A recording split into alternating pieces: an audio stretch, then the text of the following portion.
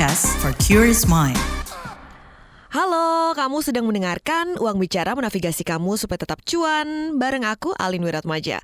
Bursa Efek Indonesia siap memberlakukan kembali mekanisme short selling Oktober mendatang. Menurut Bursa Efek Indonesia, kebijakan ini bakal meningkatkan likuiditas dan fair price discovery, jadi semakin menambah gairah investor di pasar saham. Nah, apa aja sih sebenarnya yang perlu jadi perhatian investor atau trader sebelum melakukan short selling? Kemungkinan besar sih lebih trader ya nih yang melakukan short selling. Serta bagaimana cara mereka memanfaatkan short selling saat momentum pasar lagi bearish. Kita obrolin langsung dengan pengamat pasar modal Satrio Utomo atau Tommy. Langsung aja kita bahas di Uang Bicara.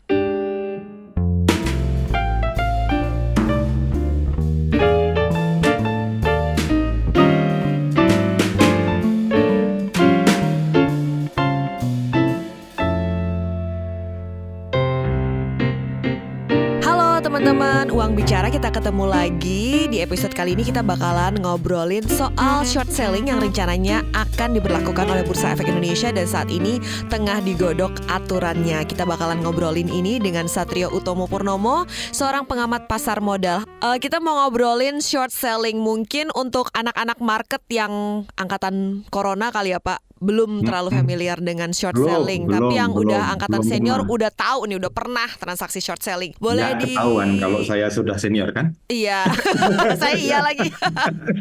Jadi boleh kita bahas dulu Pak, mungkin buat yang belum pernah bertransaksi short selling nih intinya seperti apa sih Pak? Jadi intinya kan sebenarnya kan gini, harga saham itu kan bergerak naik sama turun. Nah, kalau yang namanya naik sama turun itu kan berarti kesempatan itu kan kalau kita cuma bisa beli terus harga naik jual itu kan berarti kan istilahnya kan kesempatannya hanya satu arah gitu kan. Yaitu ketika harga bergerak naik.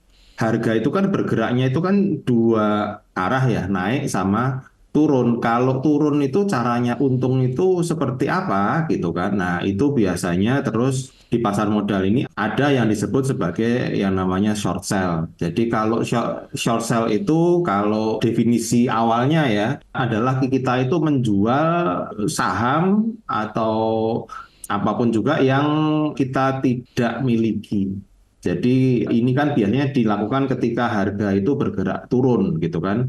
Misalnya kalau kita punya saham A gitu kan, sekarang harganya 1.000 gitu kan, kita ngelihat dia mau turun, terus yang namanya kita jual di harga 1.000, tapi kita nggak punya saham ini ya. Terus kemudian kalau harga turun ke 900 ya berarti kita untung Rp100. Nah, itu definisi awalnya itu kurang lebih seperti itu. Nah, definisi awal ini kan yang kita sebut sebagai naked short sell. Jadi short sell yang murni ya gitu kan. Iya. Itu seperti itu. Cuman short sell murni ini setengahnya nggak bisa lah. Yang diterapkan oleh bursa nanti tentu saja nggak sepenuhnya short sell murni gitu kan. Jadi nanti ada yang namanya naked short sell, ada yang namanya short sell yang bukannya short sell pakai baju ya, tapi yang short sell yang pakai jaminan biasanya. Jadi short sell-nya tuh pakai kolateral. Jadi dia itu bisa melakukan posisi short jika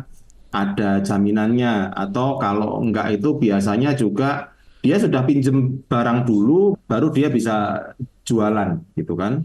Jadi intinya kurang lebih seperti itu. Baik. Sebenarnya berarti ada potensi memperoleh tetap orang bisa cari cuan lah ya Pak, meskipun market lagi nggak enak, saham-saham pada turun kayak gitu. Kalau misalnya ada short sell ini ya Pak ya, karena kan kalau misalnya prediksinya harga turun dan beneran turun gitu, bisa meraih keuntungan seperti itu ya Pak untuk pelaku pasar. Tapi kalau Bapak lihat suasana kebatinan market saat ini, misalnya pelakunya ini nggak semuanya menyambut dengan antusias ya Pak rencana pemberlakuan short sell ini. Apa aja sih Pak pertimbangan-pertimbangan yang bikin mungkin beberapa pihak ini ada khawatirnya lah Pak kalau misalnya short selling ini diberlakukan?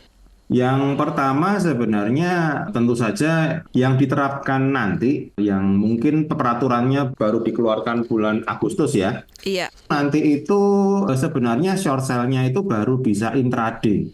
Jadi kita misalnya jual pagi beli sore gitu ya, itu bisa dilakukan. Jadi kita nggak terus kan, kalau posisi short itu kan mestinya bisa dilakukan menembus hari ya, jadi bisa harian atau bahkan kalau nggak salah itu menurut aturannya OJK itu kalau nggak salah itu bisa sebulan apa 2 bulan apa setahun ya saya Mm-mm. Pak. Cuman itu memang bisa dilakukan dalam jangka waktu yang lebih panjang. Nah, Mm-mm. kalau dilakukannya baru hanya intraday gitu kan, sehari itu harga memang bisa bergerak sih. Cuman kan memang pergerakannya juga berapa gitu kan, sehingga memang resikonya memang lebih besar gitu kan. Meskipun juga ya besar, cuman saya kira peminatnya juga pasti ada lah ya kan. Soalnya kalau sudah posisinya ini hanya untuk intraday, biasanya yang bermain di situ tuh hanya scalper gitu kan. Scalper itu orang-orang yang tradingnya jangka pendek, semata-mata mereka itu pokoknya mencari keuntungan di atas komisi lah gitu kan. Mm-mm. Nah, itu jadi peminatnya mestinya juga masih ada gitu kan, meskipun juga nggak sebanyak kalau nanti posisi shortnya ini bisa dilakukan lebih dari sekedar intraday gitu, Mbak. Berarti ini kan beberapa hal yang diambil, sedang digodok dan dikaji oleh Bursa Efek Indonesia untuk mengurangi efek negatif dari short selling seperti itu ya Pak. Jadi nggak naked short sell tadi yang Bapak katakan, time Betul, frame-nya terbatas, intraday, betul. kemudian pakai collateral. Berarti ini kemungkinan besar scalper dengan dana gede di satu sekuritas tertentu yang sekuritasnya juga udah trust. Ini orang punya kapabilitas dalam trading berarti ya Pak. Dan jangan lupa, ini tidak untuk semua orang sebenarnya ya. Iya Pak. Kalau dari aturannya itu Mm-mm. kan ini sebenarnya kan termasuk dalam transaksi margin gitu kan. Mm-mm. Short sale ini biasanya lebih ke mereka yang nasabahnya sudah lama dikenal oleh perusahaan efeknya gitu kan. Terus kalau kita lihat juga itu jumlah nilai portofolio minimalnya itu juga kalau nggak salah sekitar 50 jutaan lah gitu Mm. kan. Artinya nggak semua orang bisa melakukannya, nggak terus yang buka yuk nabung saham yang 100.000 itu bisa Iya. melakukan short sale juga tidak gitu kan. Jadi memang biasanya memang hanya nasabah-nasabah tertentu saja yang ya cuman kan kalau kita lihat batas 50 juta ini kan sebenarnya juga sudah turun ya. Mm-mm. Sebelum aturan OJK yang kemarin itu yang di awal tahun itu batas dari rekening margin dan rekening short sale itu kan di 200 juta sebenarnya. Nah, Iya. ini kan memang turun, tapi Mm-mm. tetap aja, tetap tidak semua orang bisa melakukannya. Berarti ini short sale tidak untuk semua orang ya Pak ya. Kalau misalnya dari sisi anggota bursa sendiri, pemberitaan terakhir kan ini menurut otoritas sekitar 16 sekuritas yang menyatakan ketertarikannya untuk berpartisipasi dalam transaksi atau mengakomodasi transaksi short sale ini sendiri. Kalau kita bicara soal sisi risiko untuk anggota bursa, apakah emang MKBD tertentu aja nih Pak yang sebenarnya cocok untuk mengakomodasi transaksi short sale ini? Saya tadi sudah nanya sama Mm-mm. orang bursa ya. Mm-mm. Sepertinya kalau untuk MKBD ini belum ada ketentuan khusus.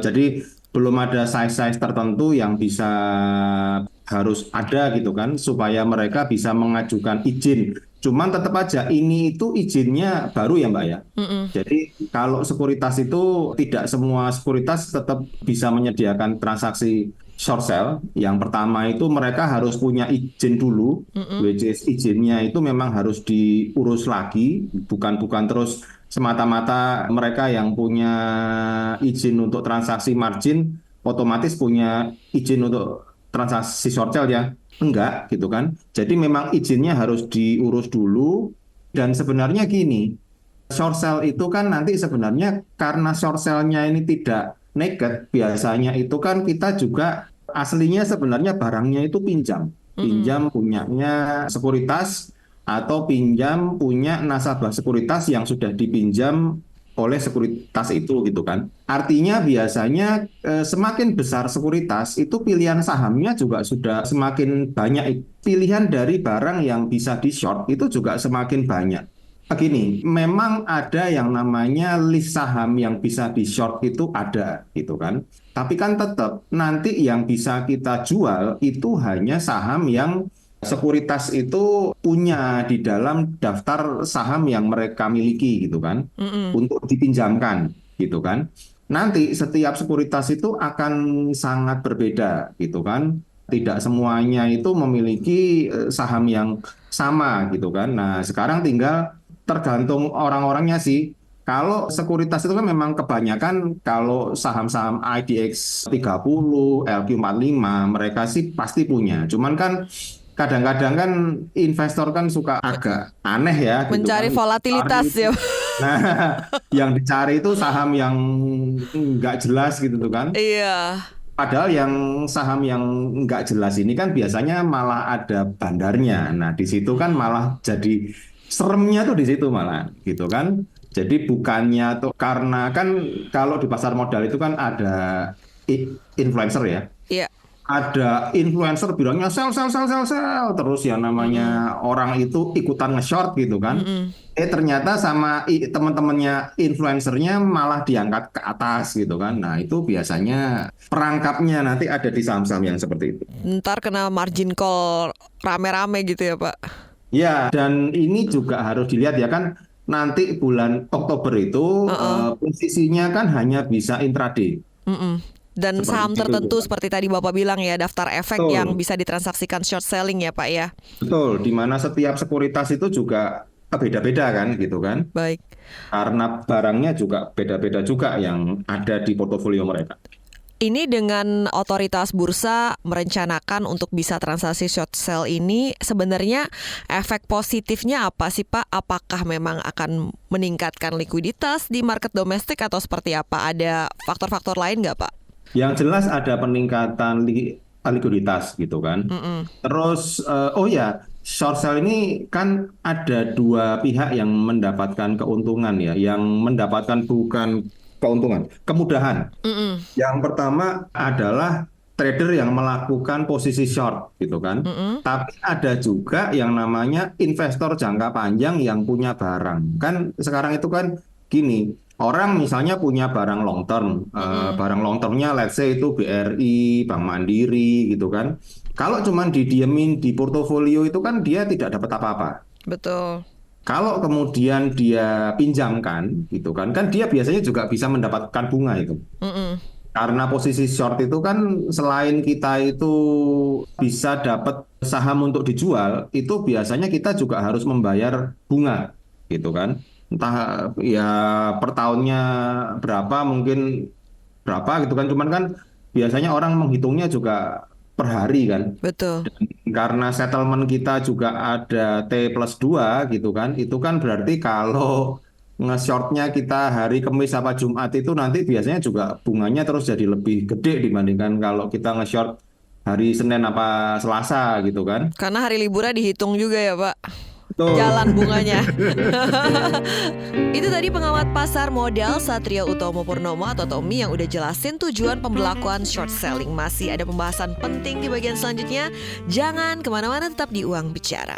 Bayangkan sebuah petirahan angker, hutan di Jepang yang dipenuhi roh-roh bergentayangan, sebuah boneka yang hidup.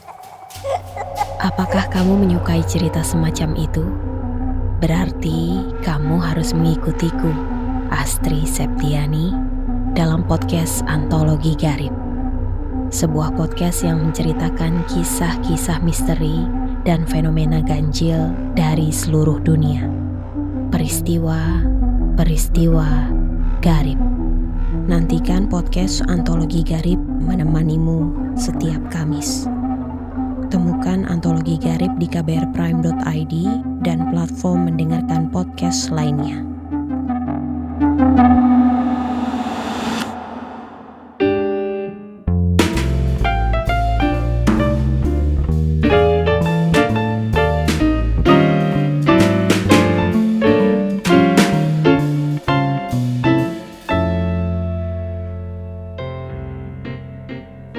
Kamu masih mendengarkan Uang Bicara, menavigasi kamu supaya tetap cuan. Kita masih bakalan ngebahas short selling bersama pengamat pasar modal Satrio Utomo. Kalau dari Bapak sendiri misalnya, dulu kita pernah memberlakukan short selling, dengan sekarang short selling yang akan diberlakukan, ini gimana nih Pak kalau dari penelaahan Bapak?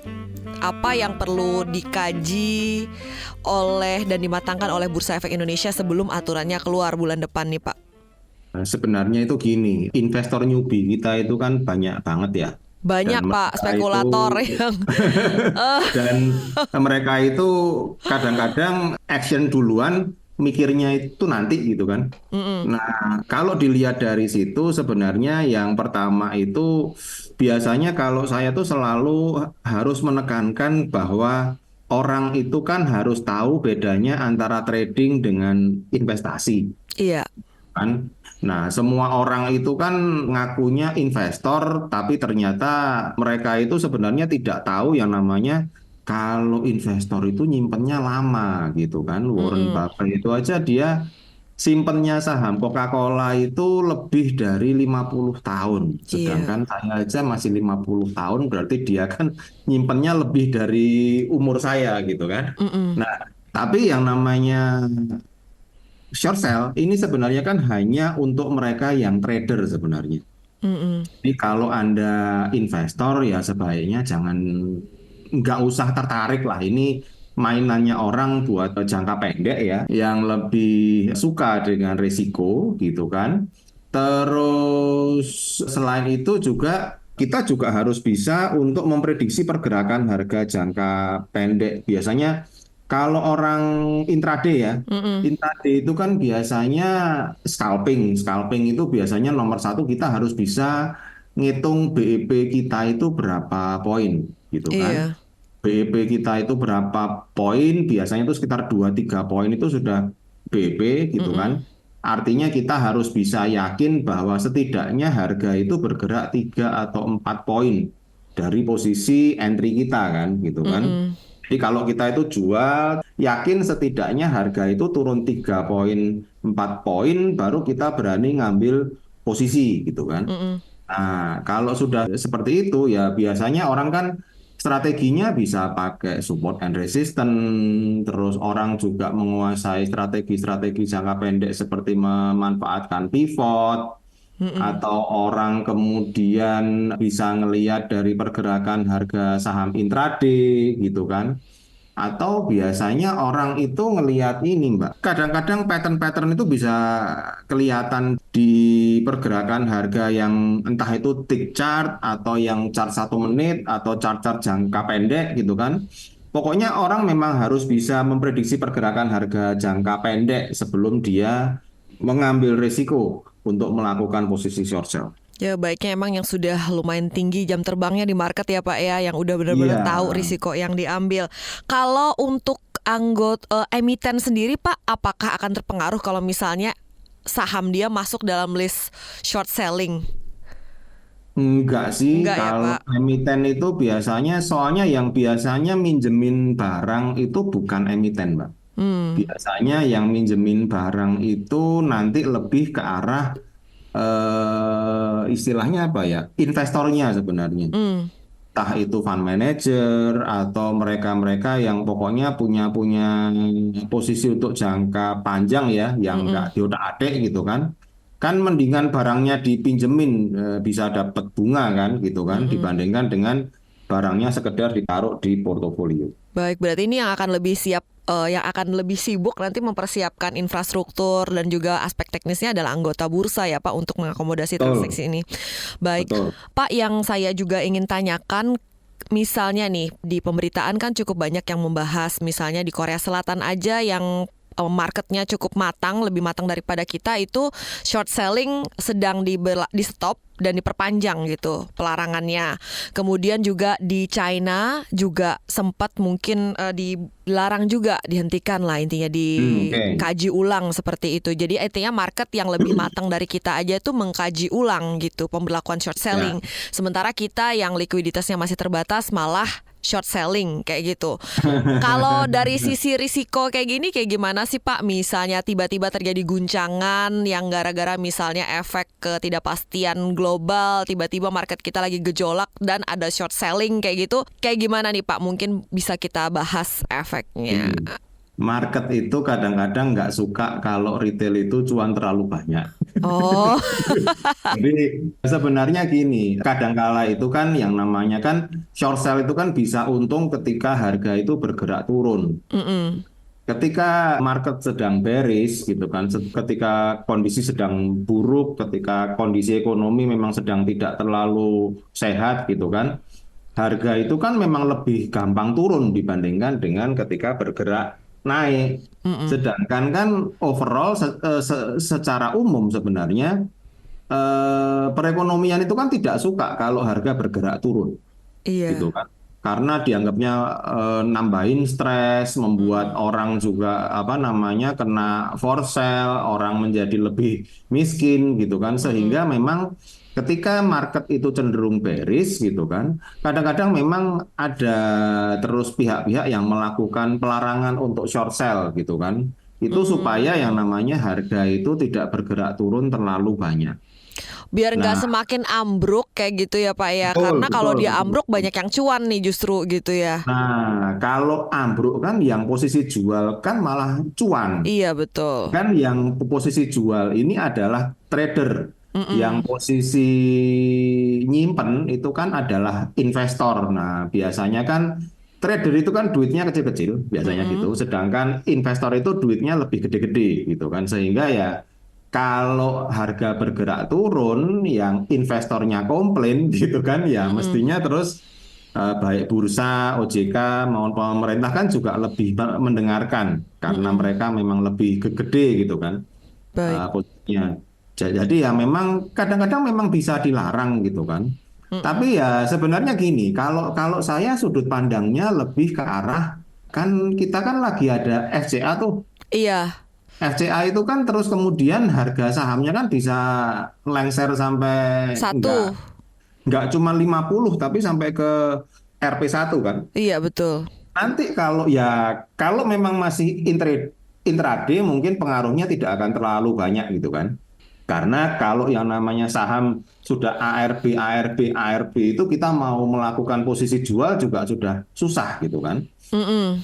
Akan tetapi kalau yang namanya kita berbicara nanti ketika posisi short ini sudah bisa sekedar lebih daripada intraday gitu kan, ya sebenarnya Dan sih bisa menarik untuk sekali. semua saham justru malah bantu likuiditas saham-saham kayak gini ya Pak. Jadi ada perlawanan Nah, gitu.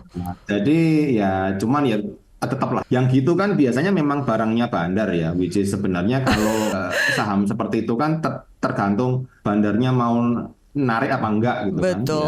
biasanya kan kalau dari yang apa yang terjadi di tahun berapa itu?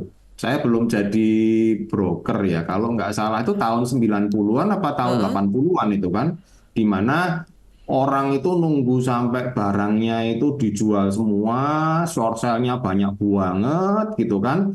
Terus harga sahamnya dinaikin sampai 10 sampai 20 kali lipat gitu kan. Jadi yang posisi short ini benar-benar itu. Cuman kan Habis gitu ya. ini nanti peraturannya kan juga sudah cukup bagus ya, di mana nanti ada rasio-rasio for sale itu ada gitu kan. Terus nanti mekanismenya juga sudah cukup bagus lah ya. Cuman Mm-mm. tetap aja kalau harga nanti kemudian kita sudah posisi shortnya banyak, terus kemudian harga dibuat arah 5 hari seminggu gitu kan juga tetap aja nanti. Jadi buat retail biar nggak terlalu galau kalau misalnya ada aturan-aturan baru, yang penting udah tahu ya jati dirinya di market mau gaya yang seperti apa. Apakah investor yang long term atau memang kalau mau short term menjadi seorang trader yang terlatih dan siap risiko kalau begitu ya Pak. Mungkin Betul, dari betul. Pak Satrio bisa kasih beberapa poin untuk, karena kan aturannya juga masih digodok seperti itu Pak. Tadi kita udah tahu beberapa poin yang memang diatur oleh bursa dari sisi intraday, kemudian collateral dan juga rasio for sale. Apalagi Pak yang perlu dipertimbangkan oleh bursa Pak? Yang lebih penting sebenarnya lebih ke arah yang pertama tadi ya Mbak ya, di mana Mm-mm. ya ini pokoknya bukan buat investor, Iya. ini buat traders Mm-mm. gitu kan. Jadi ya kalau Anda traders apa kalau Anda tertarik untuk nge-short gitu kan, make sure Anda tahu yang namanya cara yang baik dan benar untuk trading. Jadi kan Kalau investor itu kan sebenarnya pada pokoknya pekerjaannya dia kan beli saham dengan fundamental bagus pada harga yang bagus juga, gitu Betul. kan. Sedangkan kalau trader itu kan dia harus bisa beli ketika mau naik dan jual ketika mau turun. Mm-mm. Ketika Anda tertarik untuk bertransaksi short sell, itu Mm-mm. Anda harus bisa make sure bahwa Anda sudah punya cukup keterampilan dan disiplin untuk melakukan beli ketika mau naik dan jual ketika mau turun. Jual ketika mau turunnya ini loh, Mm-mm. terutama. Jangan karena, wah ini fundamentalnya jelek, barangnya di pasar banyak, udahlah saya jual aja gitu kan. Nggak taunya semuanya berubah dan dia ketika tren itu berubah menjadi naik, dia tidak segera waspada untuk mengcover posisi shortnya kan gitu Mm-mm. kan. Nah dari situ kemudian ya biasanya sih kerugian yang besar itu adalah kegagalan untuk melakukan posisi disiplin ketika harga mulai berubah ya. Iya. Jadi ya buat trader pun itu mereka juga harus sudah bisa mahir itu kan Mm-mm. dalam melakukan beli ketika mau naik dan jual ketika mau turunnya. Baik. Coba, Alin. Sebelum menutup perbincangan kita hari ini, boleh kasih closing statement, Pak? Ini sebenarnya adalah sebuah kesempatan lah ya, Mm-mm. suatu peluang untuk mencari keuntungan yang baru. Mm-mm. Cuman memang sisi negatifnya juga banyak, gitu Iya. kan. Kita harus make sure tahu teorinya, gitu kan, tahu caranya, gitu kan, dan tahu celah-celah permainannya itu seperti apa, gitu kan. Dan ya pokoknya kita memang harus bisa beli ketika mau naik, jual ketika mau turun lah, gitu kan. Jangan bersikap seperti investor yang nggak gampang berubah, gitu kan. Tapi yang Betul. namanya ini memang ya sekedar peluang untuk mencari keuntungan yang baru lah gitu kan. Jadi ya semoga aja kita memang bisa untung beneran. Itu tadi pengamat pasar modal Satrio Utomo Purnomo yang udah jelasin mekanisme short selling. Semoga topik ini menambah insight kamu ya.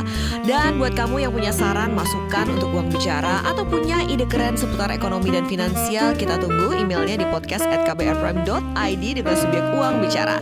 Saya Alin Wertmaja pamit, jangan lupa dengerin terus Uang Bicara menavigasi kamu supaya tetap cuan setiap Kamis di KBR Prime, Spotify, Apple Podcast, dan platform mendengarkan podcast lainnya. Bye-bye.